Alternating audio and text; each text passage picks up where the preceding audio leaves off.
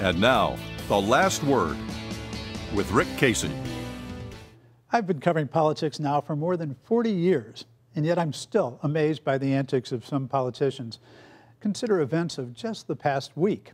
State District Judge Angus McGinty resigned from the bench after the Express News reported that he was under federal investigation. McGinty hasn't been charged with anything yet, but he allegedly reduced bail on defendants in exchange for repairs on his automobiles. Really, Judge? Automobile repairs? I know San Antonio is a low-wage town, but a district court bench shouldn't go that cheap.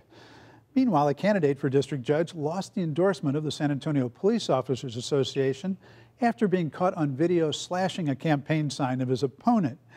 Joseph Appelt was caught by a motion-activated camera set up by the husband and brother of his opponent, Stephanie Walsh. The sign sleuths are both former police officers.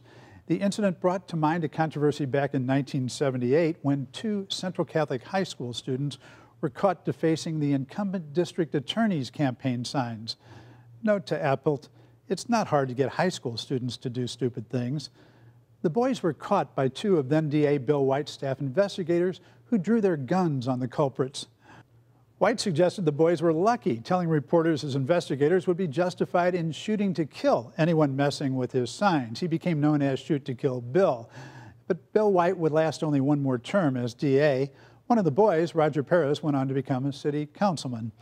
Then there was Alan Baxter, the mayor of Windcrest.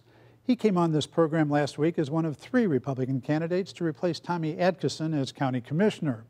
Now, money isn't everything in politics, but I wanted to know if any of the three showed the kind of fundraising ability needed to compete with Democrats running for the seat. Deborah Guerrero had raised about $48,000, according to campaign finance reports, and Tommy Calvert had raised about $35,000.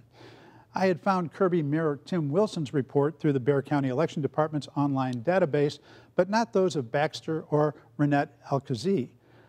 I asked both if they had filed. Both said they had. I didn't see either of your two online. Have you filed campaign finance reports? Yes. Apparently Yes, they didn't the get filed. Both said they didn't remember how much they had reported in the most recent report, due just 10 days before our interview. But Baxter was adamant that he was competitive. I'm competitive with Deborah Guerrero. Will you be competitive? I'm competitive. If I had right seen now your report, I would have seen. Sure, like I'm competitive with Deborah Guerrero. I have the support of the business community. He later added, Well, I've raised total on the last file. I don't recall exactly what the number was, but I've raised about $35,000. Okay. This week, I checked up at the elections department. Alcazzi had indeed filed her financial report. The staff triple-checked. Baxter hadn't. Baxter at first expressed surprise to me. He had no idea why, but the next day he told me he had filed the report at the Windcrest City Hall and, quote, assumed they would forward it to the county elections department. You filed at Windcrest City Hall for a county office, I asked. Windcrest is in the county, he replied. He also said the reports were time-stamped by Windcrest staff. Late Tuesday, he delivered copies to the elections department. They are not time-stamped by Windcrest, and I'm skeptical about his failure to remember how much he had reported in campaign contributions. The number wasn't hard to remember. It was zero. The only income was $2,000 he had loaned himself. Baxter now says he has raised, quote, $25,000 to $30,000 since the last report, and maybe he has. The next report is due Monday, if he remembers where to file it. And that's it for Texas Week. See you next time.